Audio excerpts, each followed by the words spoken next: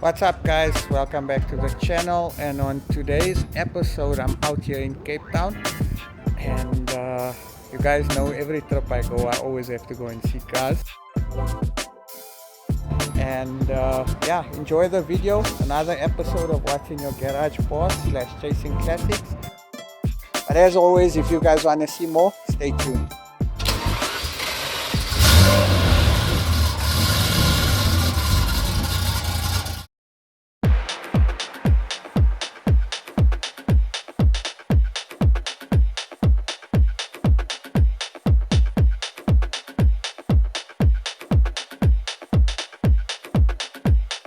How are you?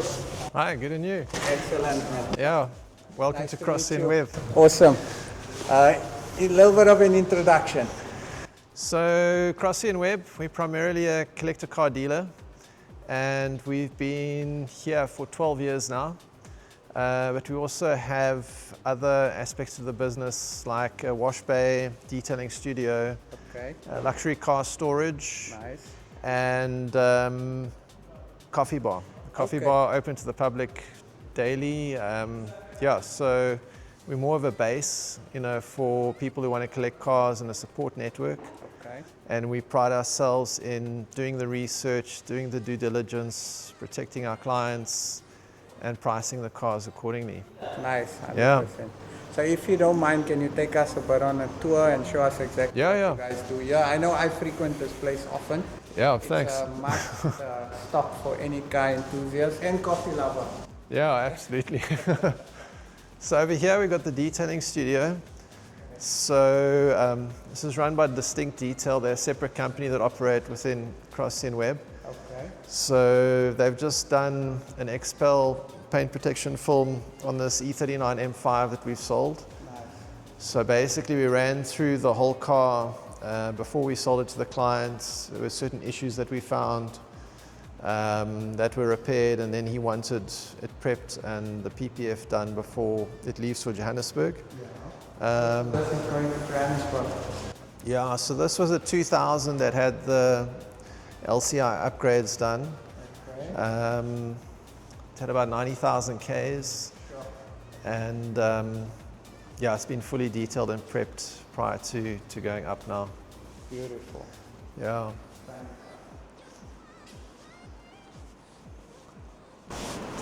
Okay, and if you don't mind me asking, what did this sell for? Sure, this one was up around the 800 mark. Okay. Yeah. Nice. But yeah, everything was worked through. It had very good history prior. Yeah, got low mileage. Yeah, and then we found some faults on the roadworthy, like ABS pump diff seals, and then we attended to that. Then we did the full detailing and the prep for the client. Nice. Put some of the interior back to original, with the carbon fiber removed and then the original wood trim shown. So it's all gone back to how it left the factory. Wow. This guy is immaculate.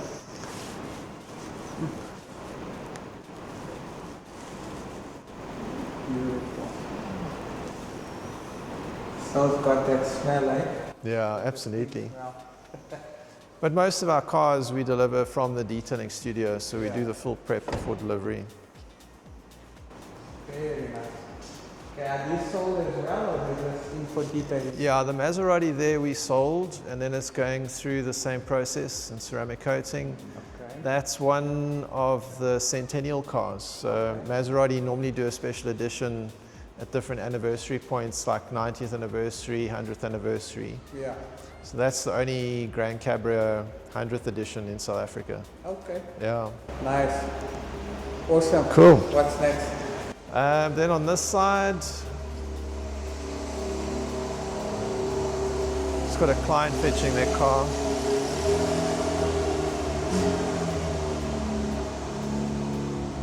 So over here we've got the coffee bar.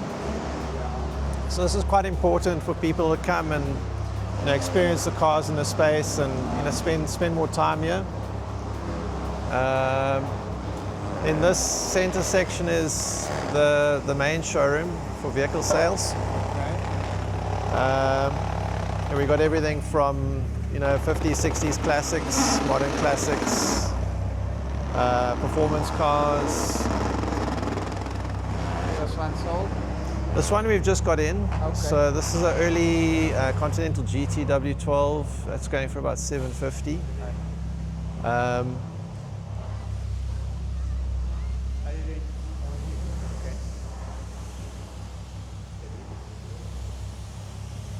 Yeah, then down this side you've got one of the storage cars going to be picked up tomorrow, the Maserati MC20.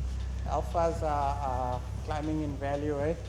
Yeah, Alpha is very popular, especially this era, which was ahead of its time, you know, with the twin overhead cam engines, all synchro boxes. Yeah, so this one, very hard to find a 2-liter GDV in this condition. Yeah, you can see it's beautiful. Yeah, absolutely. And down this side here,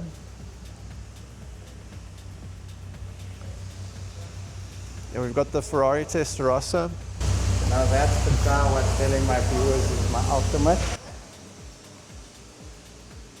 Yeah, this one's very low mileage, Yeah. 10,000 miles from new. Quite unique to see a left-hand drive example in South Africa. I love a lefty. I Yeah. mentioned it earlier to you, I love a lefty. Yeah, And no, also absolutely. the color. Most of the Testarossas are yellow, are not yellow red. Yeah, And obviously the white is the ultimate, yeah. but black is just something else, eh? Yeah, then over there we've got an 82 635 CSI. Okay. So that's only got 72,000 Ks from new. Full books, 2 owners. Yeah, so this is in Cypress green, which is quite a rare color, but excellent condition. Just really, you know, running its original tires and There was actually an article about the car, this particular one.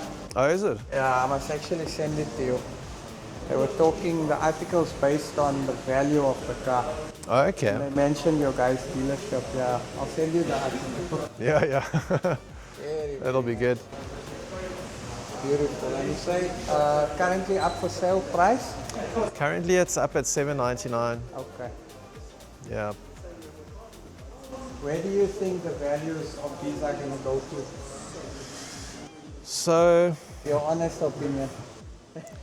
the market's quite polarized. The low mileage original cars could be double what a higher mileage, you know, unoriginal car, restored car could be. So there's this big split happening, Yeah. and it makes it difficult to price average examples Yeah, because there's almost no middle point anymore. yeah. So it's got a wild swing. So anything that is, you know, unobtainable, original books, low mileage, kind of you're creating more of a rare situation. Yeah, And then you overlay your 80s modern classics with your strong brands Yeah. like BMW, Porsche, Mercedes, Ferrari, and you get an exponential kick, you know. So that's really what's happening. okay, Yeah. nice. We've got the storage area over here. This is really for frequent use collections. So we've got 24-hour security guards on site. We can do after hours collections by arrangement. So for instance, this client collects Dutchman Porsches, Dutchman from Lanseria in Johannesburg. Okay, all right. So he's like South Africa's singer alternative in a way. Okay, And he builds a lot for overseas clients as well. okay, nice. Yeah. So this particular client's got the 964, the 911 All SC, from him. yeah, 911 Carrera Targa, Yeah, but beautiful colors, you know, different leather interiors.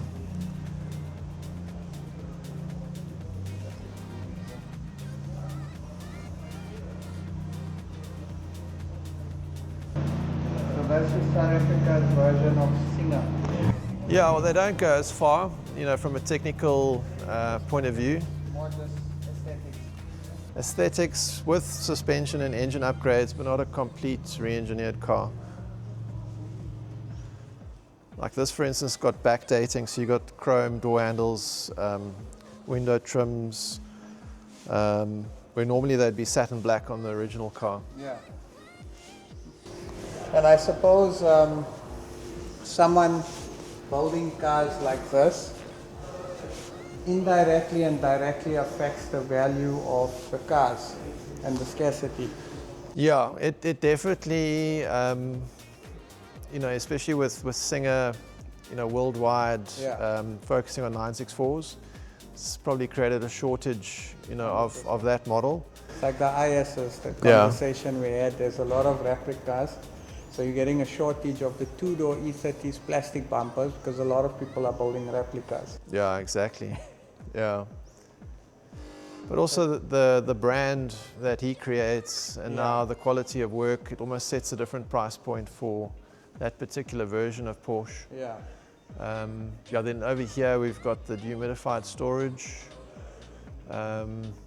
We've got Porsche GT2 RSs, 509 GTO Ferraris, CSL BMs. CSL BMW there. Can I need to ask you the question, right? We had a conversation earlier. Okay, so E46 M3 CSL versus BMW 333.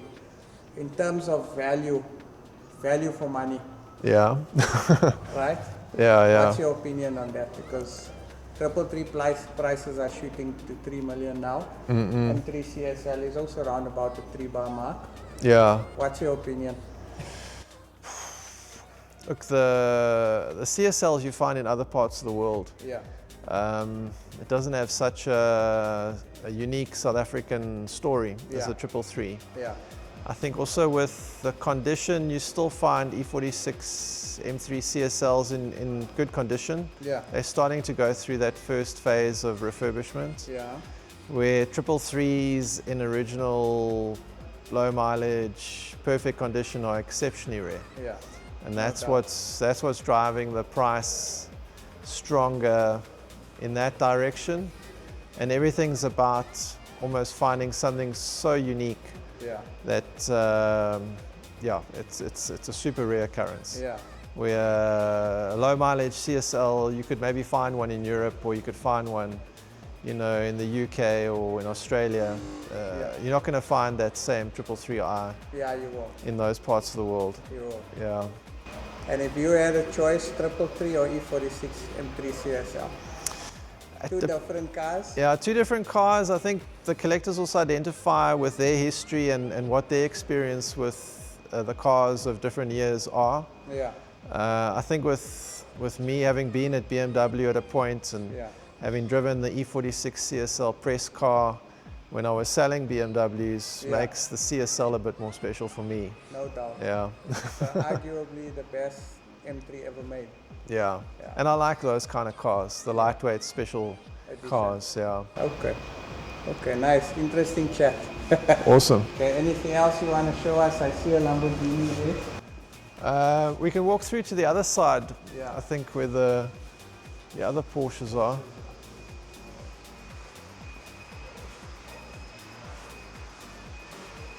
So especially like the 964s on that side are an interesting story at the moment. I think in the Porsche world, it's almost like what's happening with the 333s and the 325 ISs. The 964s. Yeah, especially manual right-hand drive cars in coupe form. Pagodas are also very sought after. Yeah, I was just saying, you guys have the most pagodas in the country. Everywhere you go, you just see pagodas. Yeah, but they're so nice to drive. They're a 6-cylinder fuel-injected engine, automatic.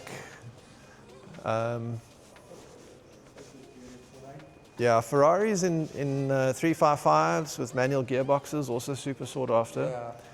Again, you're in that mid-90s era, so you can see how these layers all affect the pricing.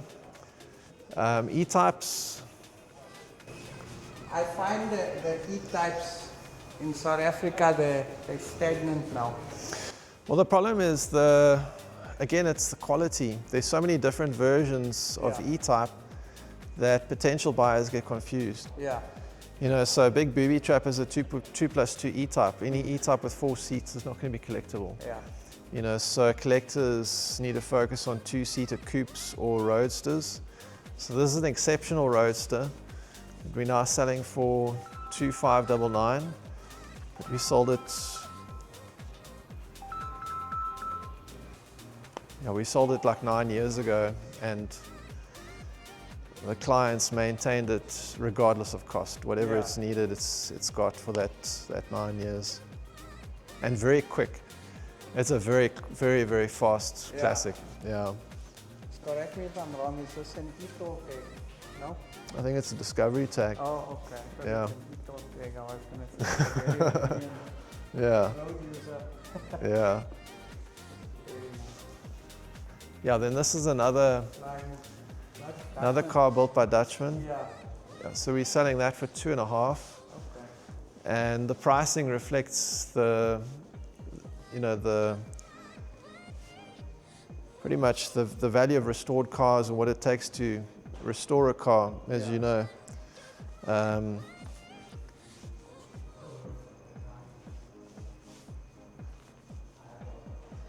But also Targas are very sought after now, especially the backdated ones like this. Beautiful, right? I'm not a Targa fan. But I like them. They're nice. No, absolutely. Then on that side there, the 964s, like that red one, that's probably one of the most in-demand cars right now. Yeah. You know, we get asked all the time. Yeah. Do you think the 928 values and the 944s will pick up? They are picking up slightly, but not as much as they should be. They're not as iconic as the 911. Yeah. The 911 tells the story, you know, of the whole brand. With the racing history and the whole story with Porsche with the 928 is not as strong. Yeah. But I mean, like this one being a manual, you know, 81S, they're gonna, I mean, they've retained value, but they haven't accelerated like let's say what a 964 has done. Yeah. Yeah, like a 964 like this is a manual right-hand drive.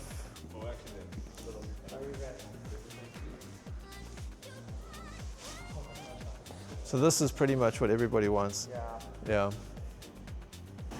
So I've got a friend in the UK, Raj, who's watching now. He's quite a Porsche collector, and he's got two 964s. He's got quite a few Porsches.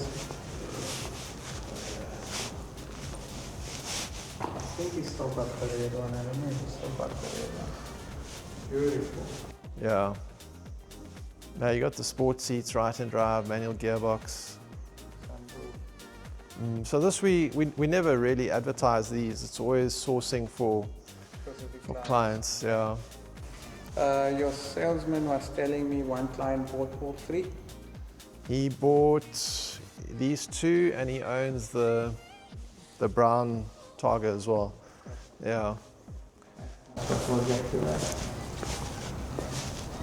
What did the GT3 sell for? I can't really say, but it's a manual with about 12 on the clock. Yeah. Yeah, these are also in high demand, but from a more, I don't know, modern car client, less of a collector client. Yeah. The 964s and the modern classic Porsches, I think you got the smaller body with you know, increased performance versus the classic range. Where these are real performance cars. Yeah. Beautiful. Stunning. Very nice. Okay, let's talk about that beautiful red beauty. Yeah, so this is 69 912. Yeah. So this we've got up at 1.4 million. Okay. Oh, it's still for sale? Yeah, there is somebody that's basically wanting to secure it. So we're in the process, but Nothing concrete as yet. yeah.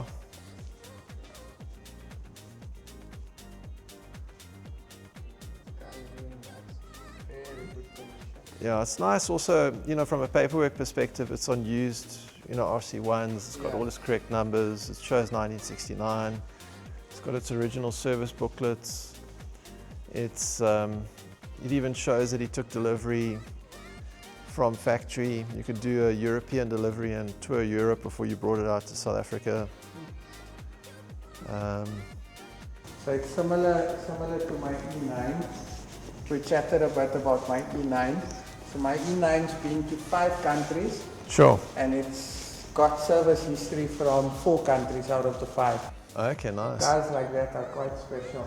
Yeah, if they tell a story, you know, I think the documentation and the provenance, you know, we try and do as much research as possible because, you know, the collectors like a story. I mean, this has got a certificate of authenticity. We can see the 5-speed gearbox is original, the Fuchs wheels are original. This mashing is not original, eh? It looks like it's aftermarket. Could be, yeah. Yeah. Trotman's Porsche. Nice. Very nice. So this one's currently for sale, the 928 is for sale, the 356 is for sale. So this is also a numbers matching car. very desirable worldwide. Yeah, absolutely. What's your price on this one? We're asking 1.6 on this one. And we sold it previously. We did quite a lot of work on carburetor rebuilds, electrics, steering box. So we like to make sure the cars are sorted. You know, the clients can get in and drive them. We don't really sell project cars. Yeah, it's better. Unless you're building and restoring them yourself, you can sell them for a client, but Yeah, but it's a completely different business. and Yeah. less Yeah. original Nagis steering. Well, the Nadi was a retrofit, you know, compared to what the 356s came with. Yeah. But you know, obviously it's been reupholstered in its life, but it's got all the correct square weave carpets, Porsche mats, everything's correct. This is just a period upgrade.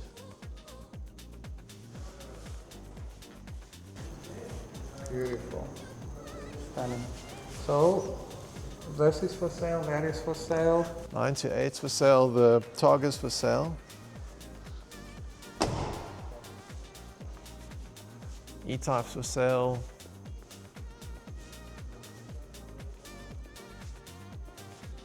Let's talk about the special one there in the corner. The Daytona Coupe. Yeah, so this, the original car it's based off a Shelby Cobra. Yeah. And they wanted to race at Le Mans and therefore had to design a completely different body, which Peter Brock designed with Shelby. Yeah. And it won its class at the 1964 Le Mans 24 Hours, in the GT classes. So the main competition for this car was the Ferrari 250 GTO. Yeah. And only 6 cars were built of the original race cars. And then Superperformance are a brand that basically make the heritage cars. And the factory for them is actually in Port Elizabeth in South Africa, at High-Tech Automotive. And this is one of the cars built there, but when they designed this tribute car, Pete Brock was also involved in the design of this. Yeah.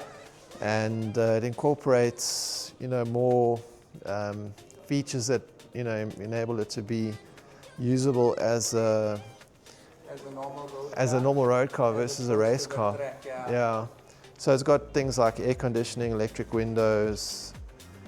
I think the whole ventilation system is different. Yeah. I think it's got a 5-speed Tremec,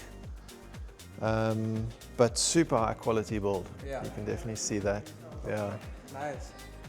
You've been in the game for quite a long time, eh? Yeah. And I'm not saying that because of your grey hair, obviously, based on us chatting off camera, etc. Yeah, yeah. Out of And in all your years, what was the top 3 or 5 car sales that's the most memorable? Cars that you were a part of that you'll always remember? Sure. Yeah. Well, when I was at Ferrari before, I was part of the program that basically spec'd and sold all the 509 GTOs. Yeah. So that was quite special. Okay. But also at that time, 458s were coming into the country. Just to see the complete shift in technology and you know, performance and even the client base that came in after that was impressive. Yeah. And then when we started Crossley Webb, I became more involved with the history, researching, provenance. You know, you're selling something that's so different from one car to another. Yeah. You know, and you've got to give the client clarity. So there, I mean, you're looking at classic race cars. We found like probably one of the main ones that changed my whole approach was a Formula One car that was built by a Cape Townian called Bill Jennings, and it had a Porsche 4-cam engine. And when we found the car in a barn near Hermanus, we didn't really know what we were buying. We went there to buy an E-Type. It was also a barn find. Wow. So we had to do research and unpack its history and, you know, basically discover what the car was, and then we eventually sold it to a Porsche collector in Cape Town. Nice. Yeah, but the history and the photos and what it did was amazing. Nice. Yeah. So it's safe to say that's one of the best parts of your job. Yeah, it's not so much the car you see here. I think obviously this 355 we need to investigate service history, and I think a lot of people, the reason why they're wanting to check, you know, accident history and condition, it's also to see what story the car has, where it was, where it's been, you know, what it is now. But, you know, sometimes you come across cars with amazing ownership histories. You know, they've done fantastic journeys, they've been on certain tours. Yeah. So it's always nice to unpack that for a collector, yeah.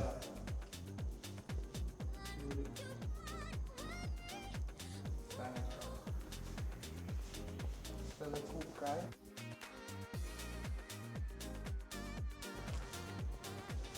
Yeah, look, the spiders, sometimes you have issues with the soft tops, but you know, I mean, this one in particular, the client is so uncompromising. He wants the soft top to work no matter what. So we found a method of keeping it working and serviced, and it's, yeah, probably one of the best examples in the country now. Yeah.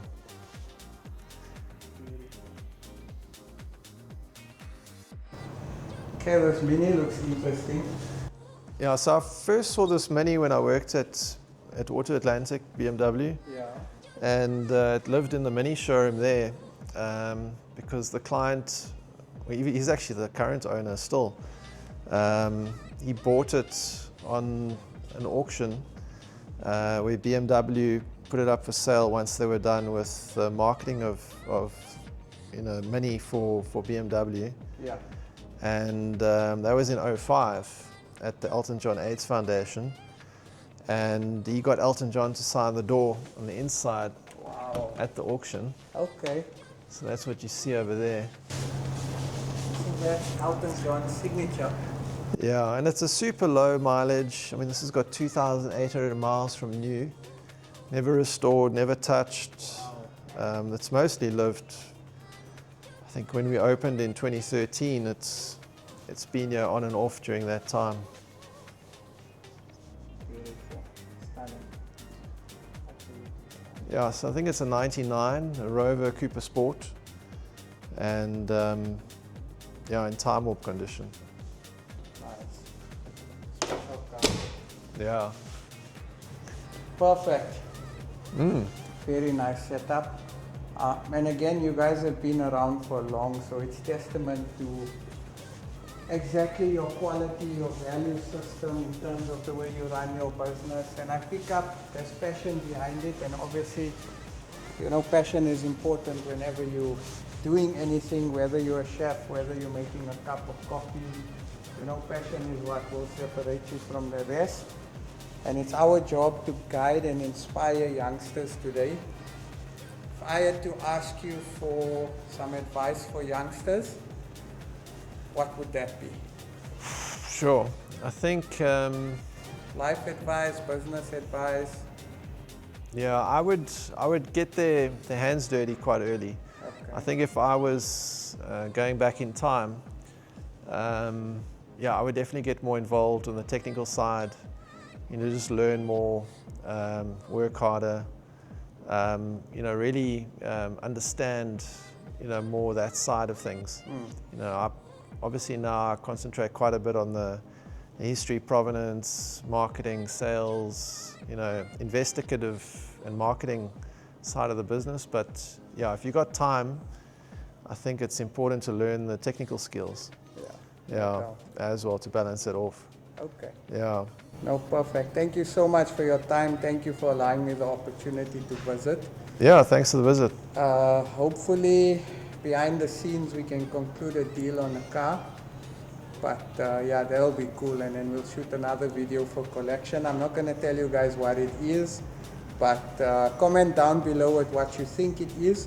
Make sure you give them a like, a follow, subscribe. They're all over social media. And if you're looking for anything in particular, please give them a call, and don't forget to tell them that Chip referred you. Yeah. Thanks again, eh? Thanks for your Pleasure. time. Thanks for the visit. Guys, hope you enjoyed it. I love it. In fact, I don't want to go. I actually want to stay here. Yeah, so don't forget to like, subscribe. Yeah, and anything you want, give them a call. It's a nice chill out space. If you want to get some car inspiration, pull through. The coffee is quite good, I hear, so I'm going to try a cup of coffee in a bit. And yeah, if you need detailing done, whatever it is, just give them a call. So don't forget to like, subscribe, share. And all our champs that are always commenting and interacting with us, we love you guys. Stay safe, be kind, be humble, and if you don't have anything nice to say, I'll see you guys in the next episode.